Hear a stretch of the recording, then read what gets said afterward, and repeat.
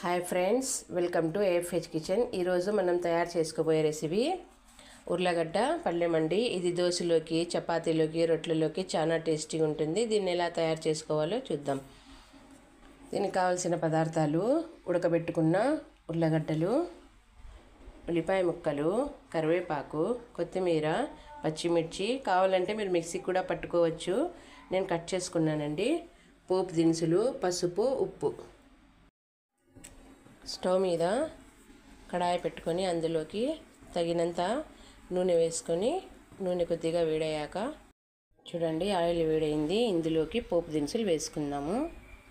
చూడండి పోపు దినుసులు వేసుకున్నాము. తర్వాత పచ్చిమిర్చి తీసుకుందామండి.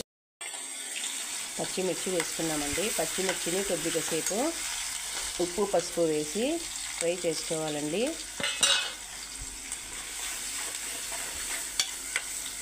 పచ్చిమిరపకాయలు కొద్దిగా ఫ్రై అయ్యే వరకు మిగతా వాటిని వేసుకోకూడదు. చూడండి పచ్చిమిరపకాయలు కొద్దిగా ఫ్రై అయ్యి ఇప్పుడు ఇందులోకి కరివేపాకు వేసుకుందాము.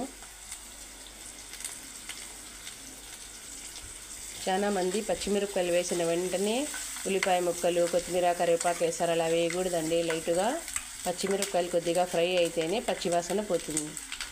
ఇప్పుడు ఇందులోకి కొత్తిమీర, ఉల్లిపాయ ముక్కలు వేసుకుందాం. చూడండి ఫ్రెండ్స్, కొత్తిమీర, ఉల్లిపాయ ముక్కలు వేసి ఒకసారి దీన్ని బాగా మిక్స్ చేసుకొని 10 మినిట్స్ లో ఫ్లేమ్లో కుక్ చేస్తే సరిపోతుంది.